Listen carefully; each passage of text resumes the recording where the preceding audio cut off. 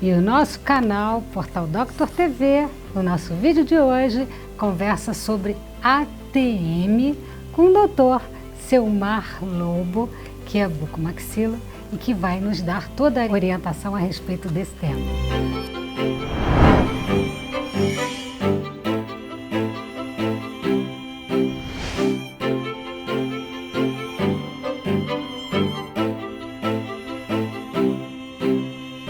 Doutor Selmar Lobo, obrigada pela sua participação aqui no nosso canal e a gente quer começar hoje entendendo o que é ATM.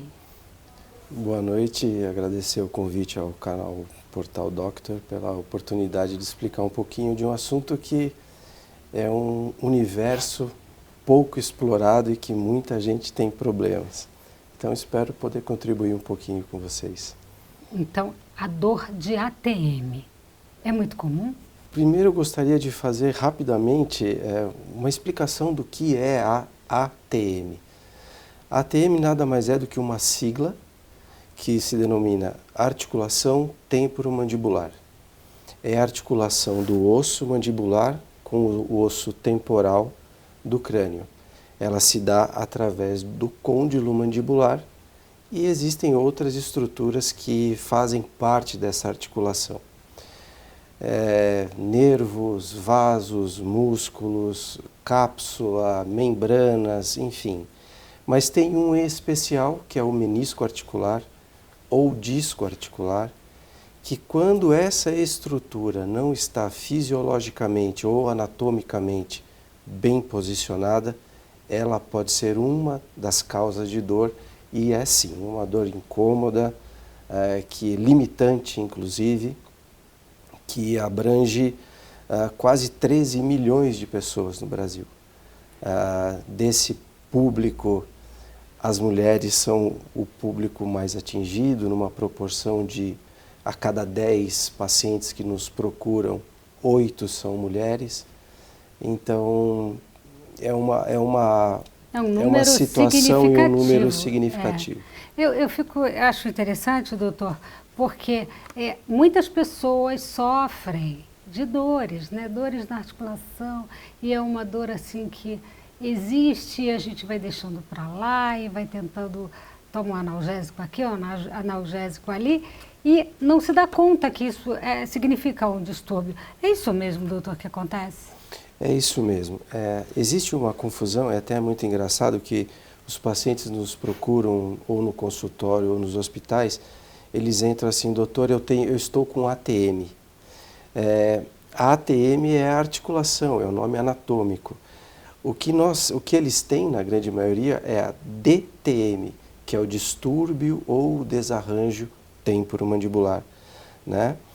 E é uma dor incômoda, é uma dor que atinge não só a articulação, ela atinge, os pacientes se referem com dor de cabeça, dor no pescoço, dor nas escápulas, dificuldade de mastigar, dor de ouvido, zumbido, várias situações em que os pacientes começam a sentir e vão deixando até um momento em que não conseguem mais.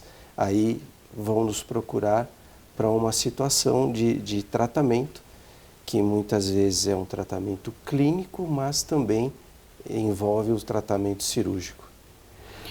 Nossa, a gente nem imagina, né, que tenham tantos problemas ligados às vezes a uma dor que aparentemente é suave, é simples, mas que incomoda, mexe com a qualidade de vida. Doutor, essa cirurgia, como é que ela funciona? As cirurgias das articulações, elas têm indicações bastante precisas. Estudos mostram que 5% das situações das DTMs, elas têm uma indicação cirúrgica. Porém, quando o paciente já nos procura, é porque isso já está num grau um pouco mais avançado. Hoje em dia nós temos basicamente 2 tipos de cirurgia. Uma cirurgia via artroscópica, que é uma cirurgia guiada por vídeo, em que nós conseguimos fazer bastante manipulações dentro dessa articulação visando a melhora do quadro. Quando não é possível ser tratada por via artroscópica, nós temos que fazer por via aberta, que é através de uma pequena incisão de cerca de 1 centímetro aqui nessa cartilagem do ouvido, que é imperceptível, onde nós atingimos a articulação e fazemos as manobras necessárias para corrigir a anatomia dessa articulação. Doutor, quais as causas da ATM? Quer dizer, é alguma coisa que a gente pode prevenir, que a gente nasce com isso? Como é que é? Veja bem, isso aí é um campo extremamente vasto. Existem N situações, mas eu vou destacar 2 em especial. Todos os trabalhos científicos sérios na literatura mundial apontam sempre 2 fatores, que é o estresse e o distúrbio da ansiedade. Então, os pacientes que têm um nível de estresse ou uma ansiedade muito elevadas, normalmente desenvolvem o que a gente chama de bruxismo ou apertamento dental. Então, existem basicamente também 2 tipos de bruxismo, que é o bruxismo, um é o cêntrico, em que o paciente aperta os dentes, e o outro que é o excêntrico, em que o paciente range os dentes. Então, os pacientes que têm níveis elevadíssimos de estresse, de ansiedade, são os mais propensos a terem o problema do distúrbio da TN. Dentro da articulação, o menisco articular, que é quem rege toda essa situação, ele é ligado na sua parte anterior por um músculo muito forte, que tem a função da abertura bucal. E na sua parte posterior, por 2 ligamentos um pouco mais fracos. Então, se a gente fosse falar, a grosso modo, num cabo de guerra, muitas vezes o músculo mais forte desloca esse menisco para uma posição mais anterior ou lateral, ou mais para dentro do organismo. E anatomicamente também nós temos uma estrutura óssea chamada eminência, que muitas vezes não deixa esse menisco voltar sozinho. Daí nós temos os tratamentos clínicos, primeiramente, através das placas, que a gente tenta fazer a recaptura desse menisco, e quando nós não temos sucesso, aí nós vamos para a parte cirúrgica. Aí é cirurgia, né? Mas agora o que a gente queria saber, eu falo a gente, porque eu imagino que sejam as dúvidas das pessoas em casa, é a respeito da idade. Crianças também passam por esse problema? Veja bem, há quase 20 anos atrás, quando a gente começou a lidar com essa área, o público-alvo eram mais mulheres da faixa dos 40, 45 anos em diante. Hoje eu já cheguei a operar uma criança de 12 anos de idade com uma articulação extremamente judiada já. Então o que eu venho notando no passar desses anos é que isso vem mudando ao mesmo tempo em que a nossa vida vem mudando. Então, antigamente nós tínhamos uma vida um pouco mais pacata. Hoje não, hoje é um excesso de informação. Você trabalha aqui, você estuda ali, você faz uma atividade física aqui. Então, esse público virou um público mais mesclado. Mas ainda assim, as mulheres são prevalentes. Interessante isso. O senhor comentou que são as mulheres a partir dos 40, entre 40 e 45 anos, quer dizer, um período que para a mulher é um pouco mais difícil, porque começa a existir as alterações hormonais, e aí com certeza a ansiedade fica muito mais presente, né, doutor? Isso é uma realidade também. Mas as crianças é que há de se, né? Para mim uma surpresa, mas de qualquer forma há de se entender que vivemos num mundo de muita ansiedade, de muito estresse, e que os pais têm que ter, acima de tudo, muita atenção com esse universo infantil, com as novas mídias, a nova tecnologia. Isso gera ansiedade, né? Sim, eles são ligados 24 horas ao dia no celular, no iPad, em grupos com amigos, e nas próprias atividades escolares, atividades extracurriculares. Então a vida das crianças hoje em dia ela é uma vida bastante agitada. Nós podemos pensar que não, mas é. E as crianças estão sofrendo com isso também. Então, a sua orientação para prevenção, para todas as pessoas, sejam crianças e adultos, é cuidar melhor da qualidade de vida e do estresse? Veja bem, eu acho que isso é fundamental. Nos meus tratamentos, eu faço questão absoluta de introduzir a esses pacientes quase que a obrigatoriedade de terem uma atividade física aeróbica. Por quê? A atividade física aeróbica, ela consegue mexer com neurotransmissores importantes cerebrais. Neurotransmissores que captam a sensação de dor, a sensação do bem-estar, a sensação de felicidade. Quando os pacientes estão fora de uma atividade dessa ou fazendo atividades muito pesadas, já somado isso ao dia a dia, você tem isso muito mais exacerbado.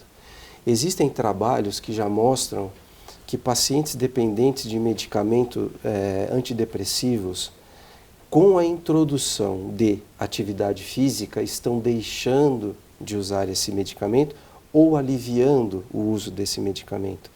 Isso é comprovado através do aumento de serotonina, dopamina, endorfina, que são neurotransmissores diretamente responsáveis pelo bem-estar. Mas olha, interessante, doutor, o senhor sabe que aqui nos nossos vídeos a gente está sempre verificando a presença da atividade física de uma forma geral para harmonia, para harmonização do nosso bem-estar e da nossa saúde. Eu tenho certeza que nós teremos muitos likes, muita gente interessada nesse tema e com certeza escrevendo através das nossas mídias sociais para saber um pouco mais desse assunto. E olha, você não precisa estar ligado a uma atividade de uma academia, estar matriculado. Se as pessoas fizerem uma caminhada 30 minutos, 3 vezes por semana, é o suficiente. Então, por exemplo, um exemplo, uma pessoa que depende de uma condução pública para chegar em casa ou chegar ao trabalho, desça dessa condução um pouco antes e caminhe um pouco mais. Então, você não precisa fazer grandes exercícios, mas o ato de caminhar regularmente já vai melhorar bastante. O nosso canal, Portal Doctor TV, com mais esse tema, que é para ajudá-los na qualidade de vida e na melhoria da saúde, está aqui encerrando mais esse trabalho com a presença do Dr. Selmar Lobo, que sem dúvida nenhuma muito contribuiu para esse vídeo de hoje. Muito obrigada, doutor, é um prazer estar com o senhor aqui. Eu agradeço mais uma vez a oportunidade, estamos à disposição. E é isso, gente. Eu vejo vocês no próximo vídeo.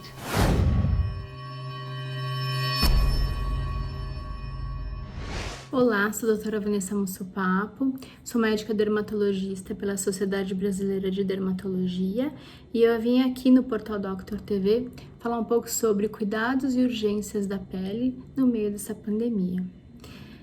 A pele é o maior órgão do nosso corpo, então a gente precisa realmente deixar a pele bem íntegra para ela ajudar na função dela, que é de proteção, tá? O que você tem que fazer de cuidados com a pele durante essa pandemia? Sempre, claro, que sempre o ideal é você procurar um seu dermatologista e ele vai te passar uma rotina de cuidados com a pele, que hoje em dia a gente chama de rotina de skincare, para você usar na pele do rosto, na pele do corpo, te ensinar como cuidar da sua pele e deixá-la bonita e saudável, né? Que é isso que a gente quer. Hoje em dia a gente tem a telemedicina, que foi autorizada, né, aos médicos a utilizarem essa ferramenta para fazer consultas à distância. Então, em casos em que você não precise de um exame dermatológico, você pode se valer dessa ferramenta da telemedicina para realizar consultas com seu dermatologista e pedir orientações, rotinas de skincare, hidratantes, protetores solares, cremes para o corpo, para os pés, para as mãos, que eles vão poder te orientar melhor. Mas assim, uma coisa que tem chamado muito a nossa atenção, e a gente já tinha visto isso em algumas outras situações no passado, é que com essa pandemia, todo mundo tá lavando muito as mãos e tá usando muito álcool gel. E isso tá dando muita dermatite de contato nas mãos.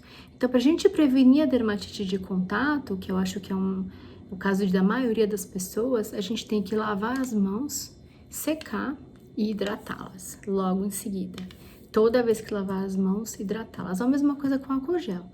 Usou álcool gel, hidrate, sempre. Usou álcool gel, deixa secar e passe hidratante.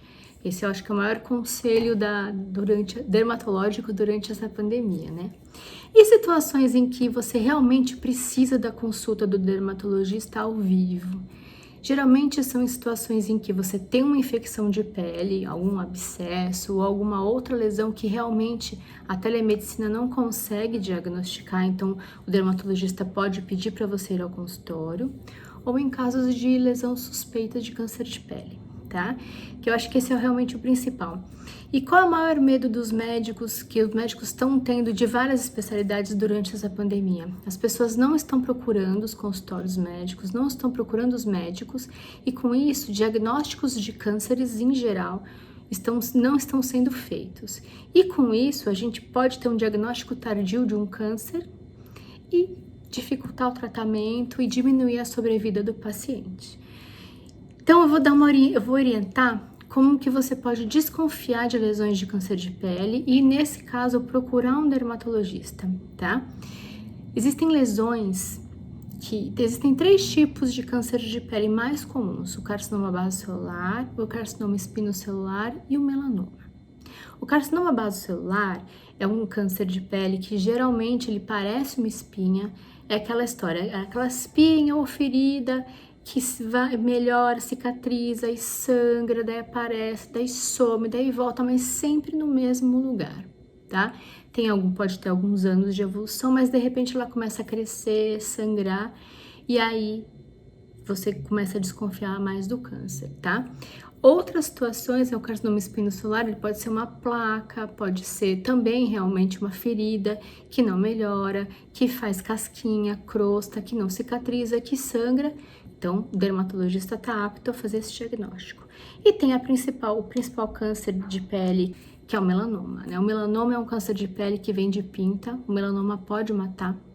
Então, quanto mais cedo a gente faz o diagnóstico, maior chance de sobrevida do paciente. O melanoma in situ, que é um melanoma fino, que ele é diagnosticado logo no início, ele tem 99% de chance de cura.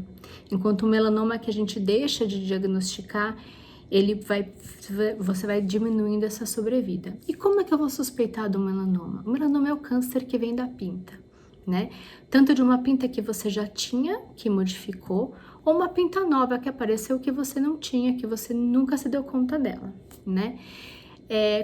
Existe uma regra do ABCDE, todo mundo deve ter ouvido falar, mas para quem não ouviu, o A é de assimetria, a pinta, as metades são diferentes, uma metade é diferente da outra, tanto nas laterais quanto na horizontal, né? As bordas são irregulares, as bordas parecem um caminho de rato, são irregulares, as cores são diferentes, na maioria das vezes tem mais de 3 cores, o diâmetro é maior do que 0,6 centímetros, mas os melanomas que se iniciam como melanoma, eles podem ser menor do que 0,6 centímetros. E a evolução? Uma pinta era de um jeito, passaram-se alguns meses, a pinta modificou. Essa modificação da pinta demonstra que você está tendo uma ação das células cancerígenas ali naquele local e que está fazendo a pinta crescer, o tumor está crescendo. Então, nesses casos de suspeita de câncer de pele, a consulta do dermatologista é imprescindível. O dermatologista vai usar um aparelhinho que chama dermatoscópio, vai olhar suas pintas, vai olhar suas lesões e vai dizer se isso é um câncer de pele ou não. Então, nesses casos, tem que procurar um dermatologista. Então, o conselho que eu dou nessa pandemia é: hidrate bem a sua pele, lave bem as mãos, sempre, e hidrate depois.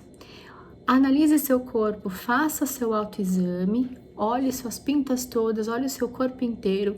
tendo alguma lesão suspeita, tendo alguma suspeita de alguma lesão que você nunca tinha visto, ou alguma coisa que você fala, nossa, tá diferente, isso aqui eu não tinha, ou isso aqui modificou, procura um dermatologista. Ele vai saber diagnosticar o seu quadro e fazer uma biópsia, se precisar, para você ter um diagnóstico de câncer de pele mais rápido e fazer um tratamento mais assertivo. Eu espero ter ajudado e até a próxima!